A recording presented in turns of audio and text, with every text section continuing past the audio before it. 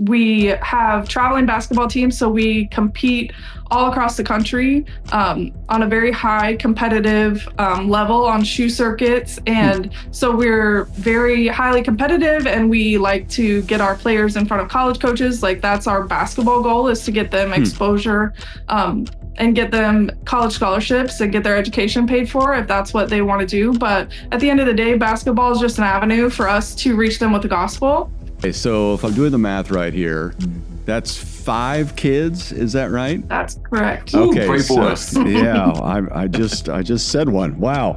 So 5 kids, and this is the epitome of blended, because Yes. you've adopted, you each had your own, you've had one together.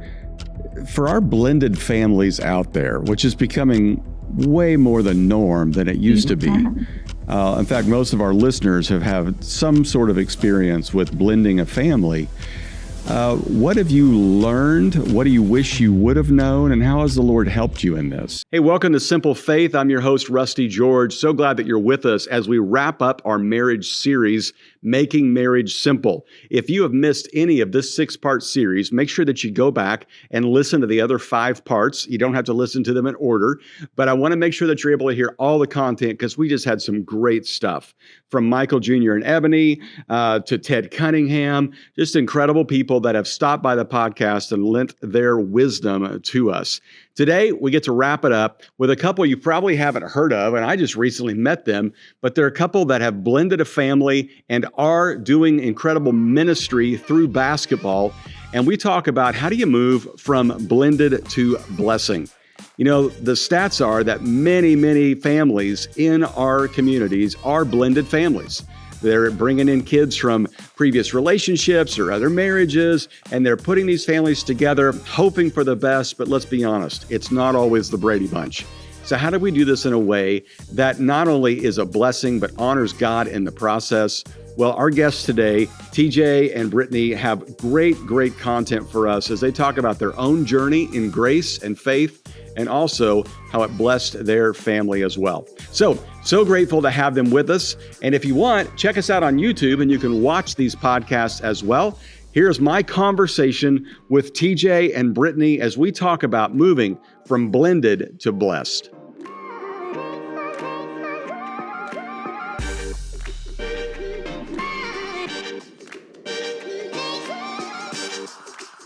Teejay and Britney, it is great to have you with us. This is the first time we've officially met, though. Goodness, we've probably run into each other at, a gas station in Joplin, Missouri, and didn't even know it, since you guys live there and I'm there so often.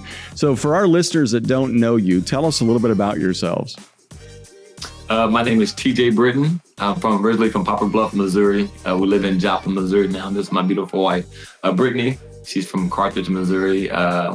I came to Joplin to play basketball at Missouri Southern. Walked in, she saw me, she had to have me. We've been married ever since. That's my story. I'm sticking to it. I'm not sure that's how that went. Yeah, Britney, let's hear the other side of that story. I thought you were going to be on my side. Well, I am, but I'm looking for the truth. Yeah, it's always better to ask the wife. Yes. So yes, we did meet at Missouri Southern, but it was a little bit of a longer path than we've been married ever since. So yeah. It took us we took some curves along the way to get to where we are today, for sure. Amen. Okay, well, tell us, before we get into kind of the curves along the way, what are you currently doing? Tell us about your vocation and what you guys are up to. Yeah, so we currently are in full-time ministry. So we run and founded and run an organization called Mo Legacy, which is a sports ministry. And we started running this basketball program in 2013. So it's been quite a while. It came to be as Mo Legacy kind of out on our own in 2022. So we're going into our 4th season of doing this kind of as Mo Legacy. And so it's really just a beautiful program, to be honest. We have traveling basketball teams, so we compete all across the country on a very high competitive level on shoe circuits. And so we're very highly competitive, and we like to get our players in front of college coaches. Like, that's our basketball goal, is to get them exposure and get them college scholarships and get their education paid for if that's what they want to do. But at the end of the day, basketball is just an avenue for us to reach them with the gospel. And so the first thing that we always do when people try out for us or at our first parent meeting, we always explain to them that this is a ministry. This is ministry first for us. We give every player in our program a Bible. It has their name on it. It is highlighted. I go through and highlight identity verses for them. So if they're familiar with their Bible, maybe there's some new things in there for them, or if they're not familiar with their Bible at all, it gives them a place to start. And then we do group Bible studies with them throughout the seasons. And so we're doing readings together as a team. We're doing Bible studies in practice. We're doing Bible studies at tournament time. A lot of times we're traveling on the weekends. And so we're missing church. Our players that do attend church, they're missing church. And then our players that don't attend church, we're giving them the opportunity to have some ministry time on the weekends when we're gone. We're always doing a Bible study or a Devo on Sunday mornings. Sometimes that's in a hotel lobby. Sometimes that's, circled up outside of a gym. But it's just sharing the gospel wherever we are. We think that's the most important thing for us to do with them. We provide counseling services to all of our players as a part of the program if they need that for them or for their families. We have baptisms every year at the end of the season to give them the opportunity to do that and make that commitment. And so it's really just something that the Lord has blessed us with. It's grown over the years. We had 100 players this past year. And that's really not just 100 players. That's 100 families that we have the opportunity to share the gospel with and minister to and help disciple in their faith. And we have families that are all over the spectrum as far as their faith. We have some that walk in and they don't know the Lord at all. They've never opened a Bible. And then we have pastors' kids who play for us that, they'll bring them to our program because they're okay with them missing church on Sunday because they know they're getting ministry in this way. So it's something that the Lord has really blessed us to be able to do. It's been a blessing to us and to our family. So, Britney, do you have a sports background as well?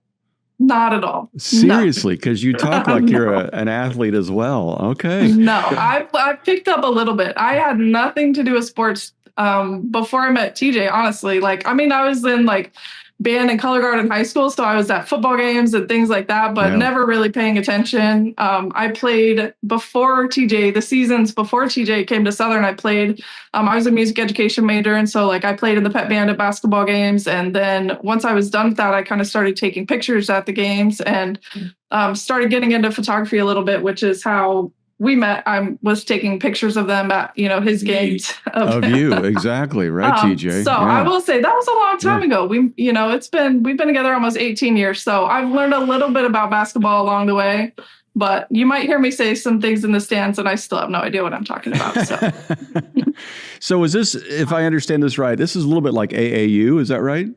Yes. Okay.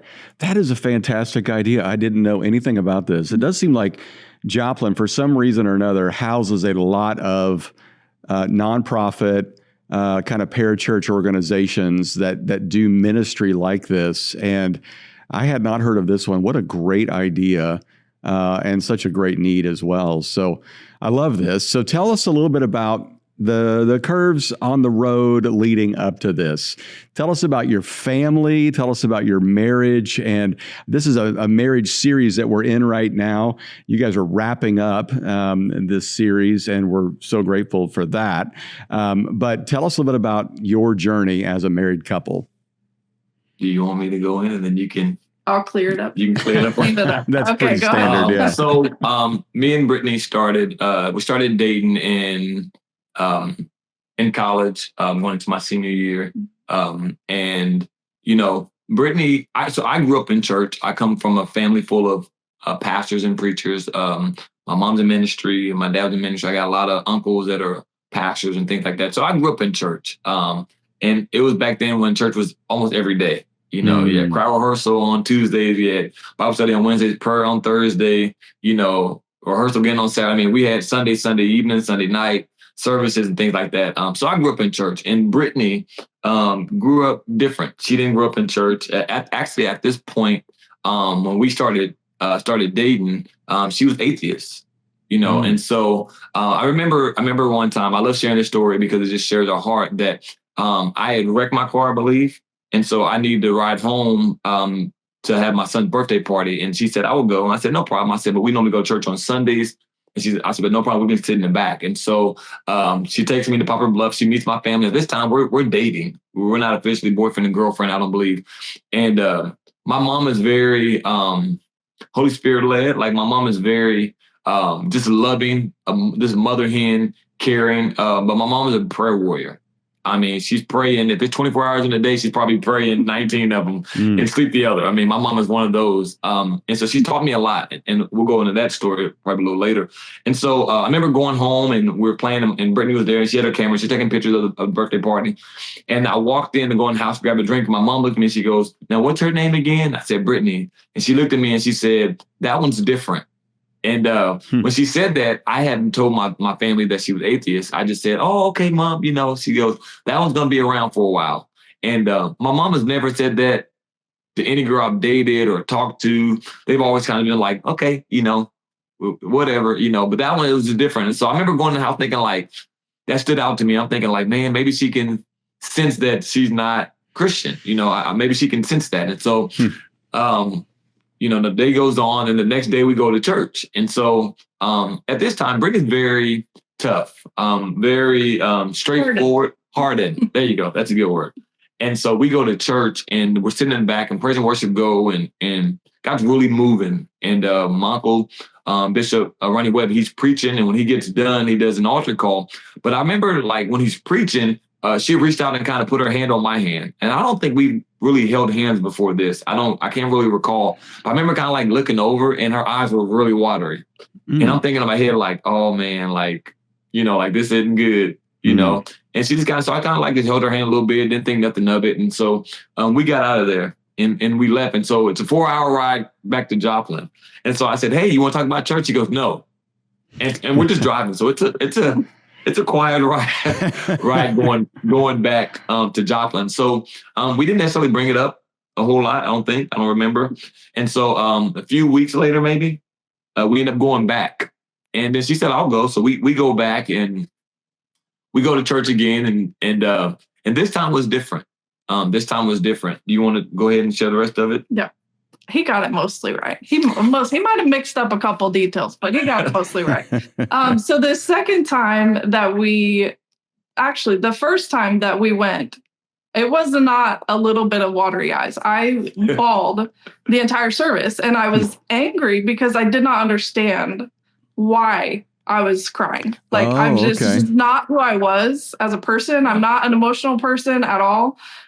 Especially at that time in my life, I was not. And I did not understand what was going on or why I was feeling the way that I was feeling. And so I did not want to talk about it when we went home. But that few weeks afterwards, I remember meeting with my atheist friends and asking questions and starting to ask questions of them that they weren't able to answer. And so I was just kind of seeking these, to have answers to these questions that I had. And so when we went back the second time, I know it's kind of emotional, but when we went back the second time, it was similar, like we were in service and I kind of felt that nudge to take a step with the Lord. And I was very stubborn at that time. I was very angry, had had a lot of things happen in my life that I didn't understand. And I kept feeling the Lord draw me to just take a step out and go forward. And I would not do it because I was just stubborn at that time. And so his uncle I had not met his uncle at this point. Even the first church service, I knew that was his uncle, but I hadn't met him. They have a huge family, a huge church. And so the opportunity just hadn't been there. But his uncle actually came to me and pulled me out and prayed for me. And I gave my heart to the Lord. And that was April of 2007. And so, we've been kind of walking this out ever since then. That's amazing. Well, tell us a little bit about your family, because you have some unique challenges and dynamics there, which kind of bring us to our conversation about marriage today. And I'd love to hear how God has played a role in that and how that's helped you. I'm sure going into this, Brittany, before, you were a Christian or anything, you thought, well, we can tackle this on our own, but now suddenly with God's help, it changes everything. So tell us a little bit about your family. And I want to add real fast before we go into that, even from that time when she gave her heart to Christ, like I was still running from the Lord. And so it went, I tell people, it went to where she went to church with me and she gave her heart to Christ. And I was kind of backslid. I was out doing whatever. And she actually kind of prayed me back to church. Isn't that interesting? And and so, it's interesting because I grew up in church, so I should have been the one praying her into church, but it was reversed. And so, some things transpired even in our relationship that was tough, that was hard. And but I just remember seeing a change in her. Like I just seen a change in her. And I remember we had took some space from each other. And I said, hey, I'm gonna get you back. I said, when I do, you have nothing to worry about. And she told me, said, you need to focus on yourself because I'm focusing on the Lord. And I remember that kind of really hit me, And so I rededicated my heart back to Christ, and then here we are. Yeah. So in that season after I got saved, it was a few years of TJ kind of still backsliding and walking out that path, and me really seeking the Lord.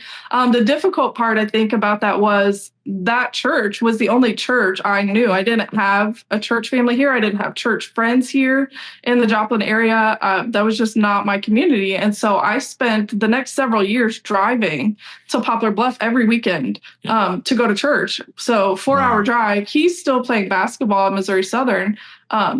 And so I would go to his games. And at this point, we each had a child from a previous relationship. So I was taking my daughter, I was teaching at the time, and I was taking my daughter, who was 3 at the time, and we were driving to Poplar Bluff after his games at Missouri Southern on Saturdays. We would drive Saturday night, get to Poplar Bluff somewhere between midnight and 2 a.m, get up, go to church, and drive home and go to work on Monday. And so that was good for me. I was thankful for that. I was thankful for the opportunity, but it also really limited the amount of discipleship that I had because I wasn't connected with a local church. So that's something that we look at as so important now, because looking back on it, I mean, I was growing. I definitely had a huge change in my life, but there was that piece that was lacking. And as she was driving, remember, I was playing basketball, so I couldn't go. So she was driving by herself. So she'd go to our game, and she never missed a game. And then she would drive Poplar Bluff afterwards. Yeah. So. And so we had a child in that season. We had a child together at that time. So we each had a child previously, and then we had our daughter together. And then after TJ really in 2012 really rededicated his life to the Lord. Do you want to tell kind of that story? So I was playing pro basketball overseas. I was in South America. And, really, the Lord's really been like, I would start waking up in the middle of the night, and I started having dreams, and I'm like speaking in front of like thousands of people. And I kept waking up like, man, this is weird. This is crazy. And I'll call my mom, and she was just like, boy, God's calling you, stop running from him and all this. And so Brittany had what did you have? She had a music program, her first music program. And so my team had lost. We didn't make the playoffs, so I was going to fly home. I called my agent, so he booked me a red eye flight to come home. And so I wanted to get back and surprise her. And on the flight coming home, I remember, if you ever flew overseas, they have 2 TVs. They have one TV where you can watch, and then they have another little TV where it shows where your airplane is. And so I remember falling asleep, and I woke up and the show Friends was on TV. I remember looking over to the TV, little TV beside it, and our airplane was going over the ocean. And where I grew up, I wasn't ever taught to swim. I remember telling myself, man, this plane go down, like we're over the ocean, and we're nowhere close to the States. I'm like, I'm gonna drown. I'm gonna die because I can't swim. And I remember asking myself in that moment, it just hit me like, where would you go if you die today? And I knew I wasn't going to heaven. And so I blinked. Well, I mean, go back. So it's a little baby in front of me. It's a little white baby in front of me. The biggest blue eyes I've ever seen. And the eyes were just bugging looking at me. And I remember like waving at the baby and looking at it, and it wouldn't blink. It was looking at me like it saw something. And that's when I looked up. That's right before I looked up to the screen and saw the where the airplane was. And I remember blinking my eyes. When I blinked my eyes, I felt like my whole life flashing for me. That was the first time I really felt like the Lord really spoke to me. He said, I've done all this for you. When are you going to do what I need you to do? Wow. And this time I ran professional track on a circuit. I played professional basketball. remember opening my eyes, and I remember literally saying out loud, God, you can't use me. I'm damaged goods. I've done a lot. I've been in a lot of trouble. I've had a past. And I remember telling the Lord, you can't use me. I'm damaged good. But if you allow me to make a lot of money, I promise you I'll give it to ministry. I'll give it to churches. I won't put my name on it. And he said, no, I need you. And I need your heart. And I just tears started flowing. I started crying so much, I started laughing. The stewardess came by and she said, are you okay? And I'm just like, yeah, I'm okay. And I'm bawling. I get off the plane and I call my mom and I said, hey, Mom, I think I heard from the Lord. She said, babe, I've been praying for you. And God said, it's time for you to do what he asked you to do. Wow. And I said, I'm tired of running. I want to try this thing out. And so that's what I did. And we've been in ministry. Yep. So that was coming into 2012, I think. And we were in this season of we had been apart. Yeah. We had taken this kind of season apart. We were still obviously in communication. But it was, I tell people all the time, we had a very broken relationship at that point. We had been through a lot of things. I tell people all the time, it was an immediate change that I saw in him. It was a matter of just overnight. And we went from being separated to being married in a matter of 6 months. It was just the Lord just did a work in us and turned that entire thing around. And so we got married and we went into full-time. Within the first year of being married, we changed careers. We were both in education at the time, and we changed careers. We adopted 2 boys, my 2 cousins, and we built a house. And so it was just in a matter of a year, the Lord was just okay, you said you were going to go all in. And and TJ started, he left basketball and started boxing at that time. So it was just drinking from a fire hose. Hey, let me interrupt this podcast for just a brief moment and tell you about our brand new book we have out called 40 Days to Easter. Starting March the 11th, we begin our 40-day journey to Easter. And spoiler alert, there's actually 42 days in there. So starting on March 10th, you can begin your journey to Easter and end on Easter Sunday itself with very short daily devotions going through the Gospel of Mark. You can pick up this book called 40 Days to Easter by Rusty George on Amazon today. Thanks so much. Back to the episode. Okay, so if I'm doing the math right here, that's 5 kids. Is that right? That's correct. Okay, pray for us. Yeah, I just said one. Wow. So 5 kids, and this is the epitome of blended because you've adopted, you each had your own, you've had one together. For our blended families out there, which is becoming way more the norm than it used to be. In fact, most of our listeners have had some sort of experience with blending a family. What have you learned? What do you wish you would have known? And how has the Lord helped you in this? Well, gosh, that is a loaded question. I tell people all the time, I'm so thankful for our family. Our family is amazing. Our kids are amazing. But I do tell people all the time, especially because we are ministering so much to the younger generation, I tell them, this is not the way that God intended it to be. We've walked through a lot of struggles because of this. That doesn't mean that he's not with us. That doesn't mean that he's not carrying us through it. That's good. But to give encouragement to the younger generation, there's a reason why God's plan is what it is. There's a reason why God's plan is marriage between a man and a woman, for you to have children within that marriage. So that's my first encouragement. But we found ourselves where we found ourselves, and that's the way a lot of people are today. And so he's been faithful to us. It has definitely been a learning curve because, for both of us, for me and my daughter, it was the 2 of us. She was used to, even though, she was 3 at the time that I met TJ, but she was used to it just being me and her. And same, with TJ's son and with our daughter coming in, there was a lot of adjustments that had to be made on the kids' side.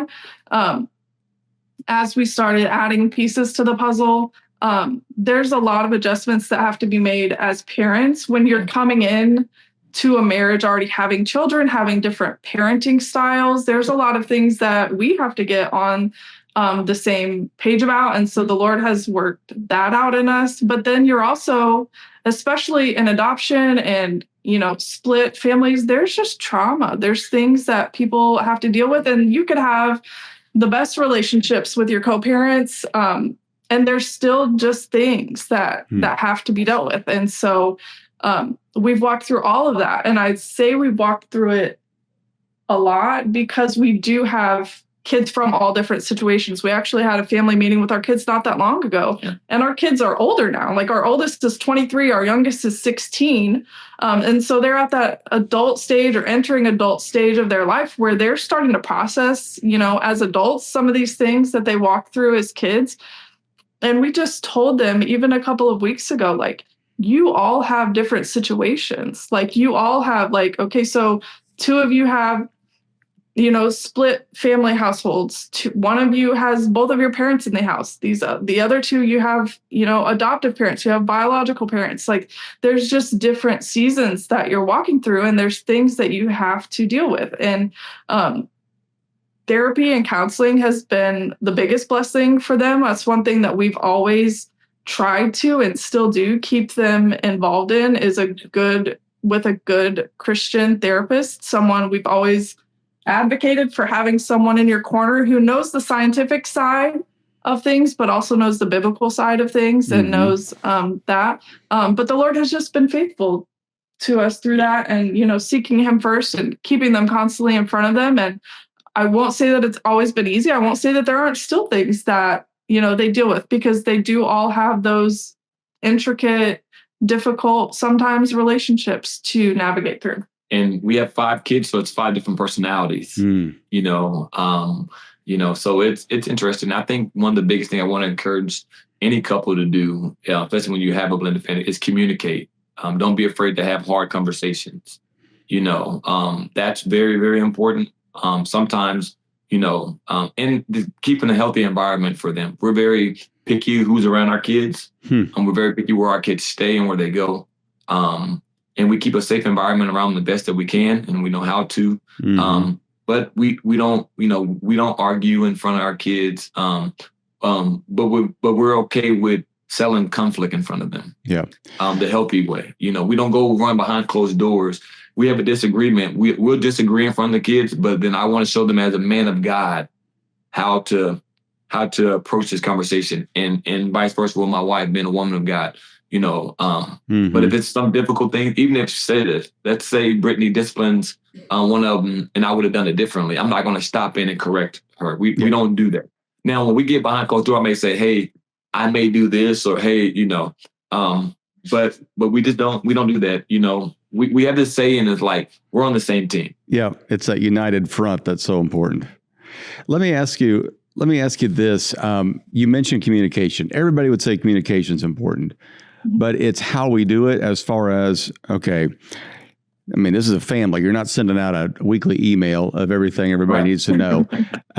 But, some people view it as we have dinner together every night, or we have, prayer time before they go to bed, or we check in every Sunday night, or what. Were there any particular habits or routines that you all discovered that just made communication easier? I think I can't think of any habits that we created in that aspect because it was very difficult having kids in different homes and different schedules. And so it was harder to do things like that. Like we obviously think our family time is very important. We had a very long season of just having like Sunday dinners after church with family and friends. It was harder. So I wouldn't say like we more, I would think, touch base with our kids individually when we had opportunities. So, and I think that was important. We also went through a season, especially in their younger days when schedules were just crazy and, they're in middle school, they're in high school, they're in sports, where we would each just have one-on-one time with them and we would check in with them that way. It was a little harder, especially with 5, to get them all. It was hard enough sometimes for us to all be in the same place at the same time. Right. And you got to think, when all this is going on, I started fighting professionally. And so I'm traveling a lot, I'm fighting a lot, I'm training a lot. And so as kids were busy, I was busy. We were busy in ministry. But we always make time to communicate, and for me, I always try to pray over my kids every night. I would go in there and it was pretty cool. Some nights, they knew I was going to come in. So one or two maybe sleep and the other one be waiting up and maybe have a quick conversation with me like that. But I think we try to give a safe place for them to communicate. My boys, we would go out to eat and we just have, all right, straight talk. Like we don't want to talk about nothing's off the table, just communicate how you feel comfortable communicating. Yeah.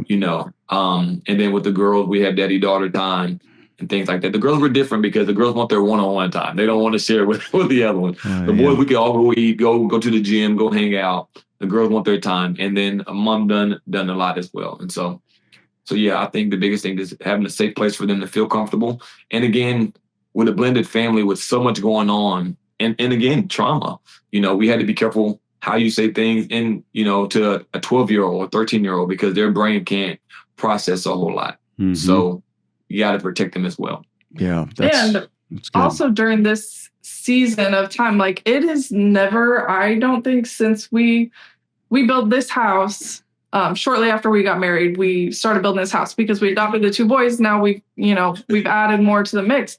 I can't remember a time where it's ever been just us and our kids in this house. Like we built this house with the goal of being able to bless other people and have other people stay here. And so we've always had other family members, nieces and nephews that have lived with us.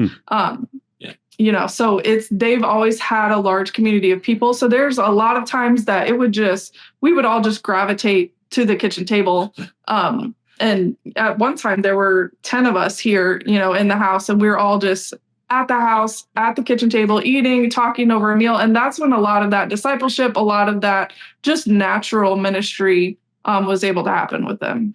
I want to ask something that I think every blended family fears and eventually experiences, where as much as you see every child as your own, there's that moment when they look at you and say, or think, you're not my dad, or you're not my mom. How did you deal with those moments, and how did you work to make sure everybody felt incredibly valued? Because that it's, like you said, every child's different. So what value means to one child is different than to another. And so it's almost like everybody gets a tailor-made custom experience. But how did you try to communicate that I'm just as much, or you're just as much my child as my biological, or you're all valuable to me? What are some things that you learned along the way there? I think one thing that we've always done is we have never said, oh, that's my stepson, or that's my adopted son. That's good. Obviously we're sharing that in this context to give the background of our family, but I would never say, oh, hi, this is my stepson, or this is my adopted son. That's something that we've never done. My son is my son. Mm-hmm. My daughter is my daughter.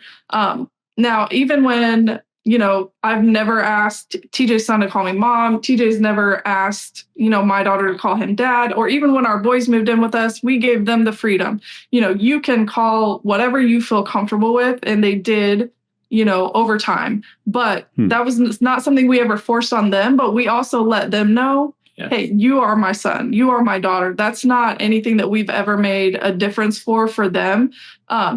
Respect has always been a big deal in our house. And that goes across all fronts. We've always made sure our children had a level of respect for us and for their other parents.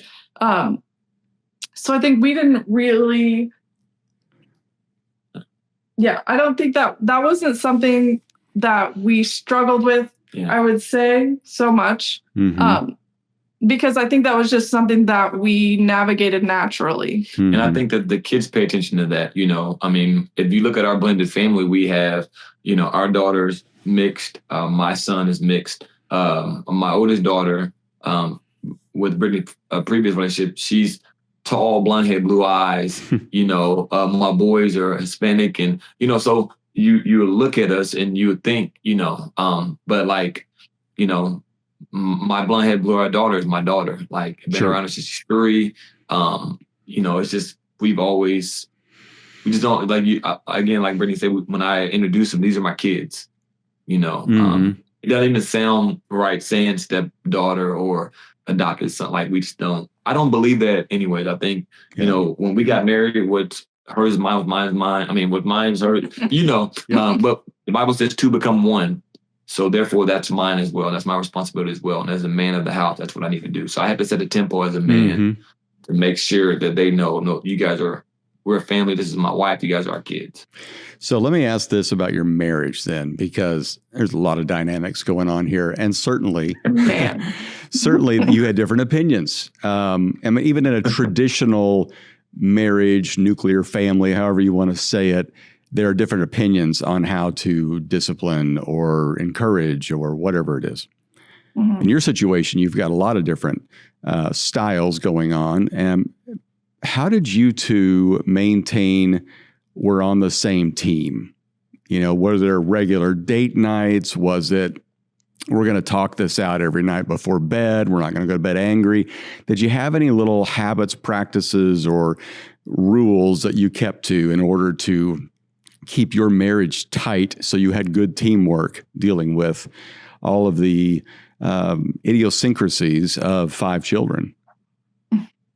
I think in the beginning, that was something that we definitely struggled with. I think too, because if you remember, all of this happened in a very short season of time. Right. And so we were coming out of a not great situation. Obviously, the Lord restored that very quickly, and we immediately walked into a new situation. But that didn't mean that there weren't things that we had to work out along the way.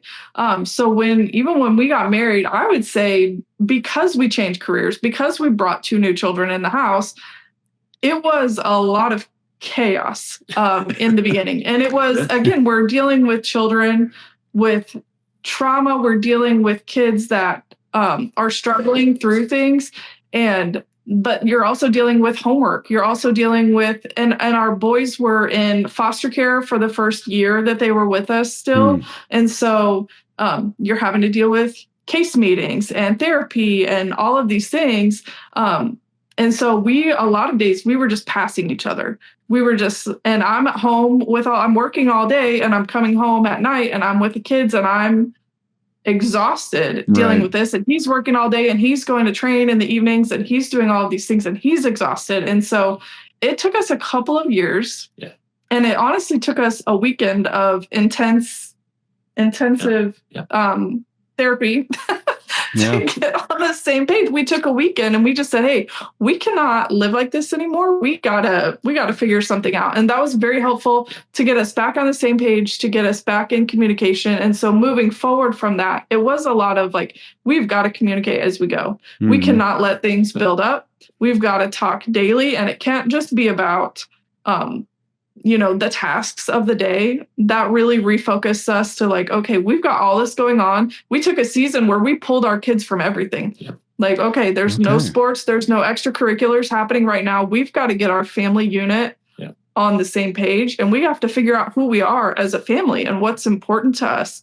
And so we did. We took a whole season of that, and then it did start implementing weekly date nights, nightly conversations, prayer together, things that we had just I don't want to say we just let go, but honestly, just life got in the way and we got so overwhelmed that we were dealing with the things that had to be dealt with. And, so it was a season for us of kind of walking through that. But even now, like TJ said earlier, if there's something he does that maybe I don't agree with, I'm gonna hold that. We're gonna say that, okay, let's talk about that. Let's talk about that tonight. Let's work through that tonight. Yeah. I think in relationships, you have a talker, you have a listener. And then also you have a spender and a saver. Right. But you also have one that needs to talk about the problem immediately, and the other one can say, it's not that big of a deal. Let's move on. And so we are different in that. Me, I can just say, it's not that big of a deal. Let's go. And Brittany's like, I need to talk about this. That's how I process. That's how I do. And so as a man, I had to really put my pride aside and say, hey, stop. We'll talk about it later. This is how we're going to do it because I'm the man of the house. I had to start listening more, start communicating more and saying, okay, your feelings matter to me. You know, it may not be a big deal to me, but I see it's a big deal to you. So let me stop. Let me take the time and say, okay, explain to me why this is bothering you the way it is. And, you know, and then she done a great job at allowing me to be me. You know, she didn't, you know, she was like, okay, that's not a big deal to you, but explain to me how it's not, you know. And so we got to, again, go back to the word communication. We have to learn how to communicate. And that has truly helped a lot.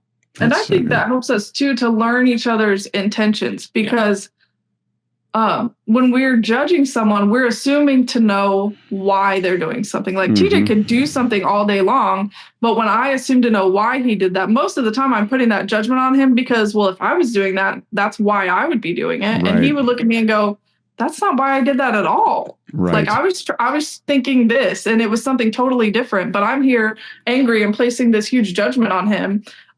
So it's a lot about that communication, and you get to know each other that way. You get to know each other's heart. You get to know, and TJ and I are polar opposites. We think differently. Our thought processes are totally different.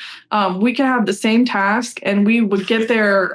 We would be miles apart on the way there, but we're both going to get to the end goal the same way. And we've had to learn to navigate that, because sometimes I just have to sit back and say, okay, like, we're both going to get there. Let's do it your way this time, and it'll be fine. I had a hard time letting go of that control for a while.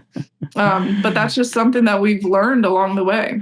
Well, and let's not discount that, because as individuals, we have some amount of control desires, but then as a single parent, you've got even more, because now you've got to think about somebody, and you're the only one in that situation when you're with that child to think about that child. So I would imagine your need for control was at a heightened level for both of you. And then to find a way, he's nodding, to find a way to kind of open-handedly deal with that relationship. That's a huge step. And I want our listeners just to notice something.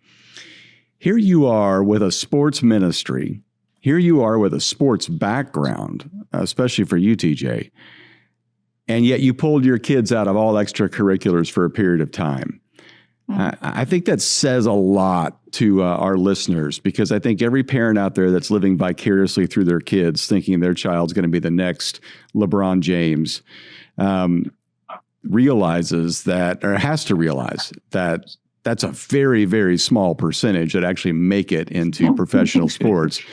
And second of all, there's something that lives a lot longer than their athletic ability, and that's their heart. So being able to cultivate that's a huge, huge win for you guys and for your family. Were there any resources along the way that you thought, boy, that was helpful? You read a book, you heard a podcast, you heard somebody at a conference that was encouraging for you, or anything that your church provided that was helpful for you in this season of life? I think, honestly, for us, more than anything that we read or listened to, it was more just utilizing the wisdom of the people around us, people who have been through the things that we've been through, and people who are on the other side of it. We are very cautious about who we let have input into our lives, just as cautious as we are about who we let have input into our kids' lives. So, I'm not going to necessarily take advice from someone who's not where I want to be, not where I want to go.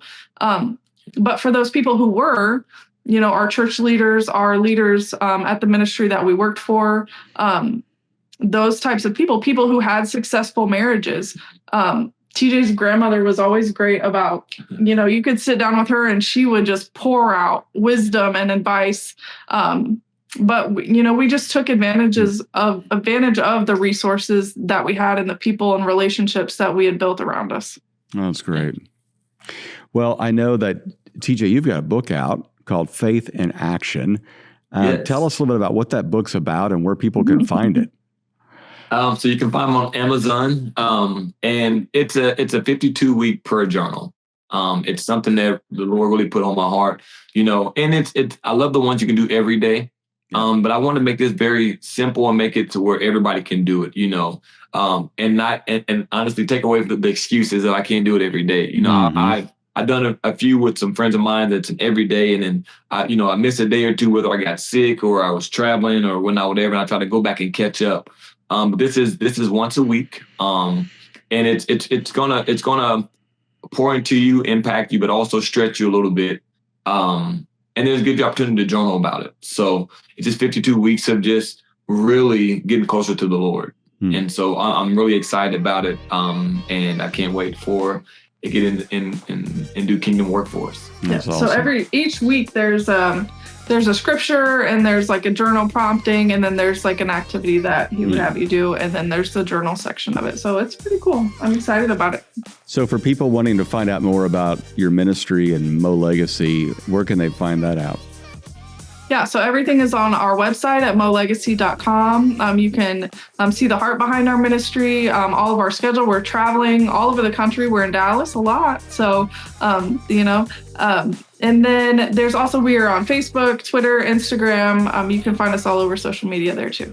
That's great. Well, thank you for spending some time with us. It's great to finally meet you after hearing so much about you. And I'm sure we'll run into each other in Joplin sometime because I get up there quite a bit because of family. So thank you for sharing with our podcast audience and being such a blessing to so many people. Thank you so much for having us. Thank you for having us.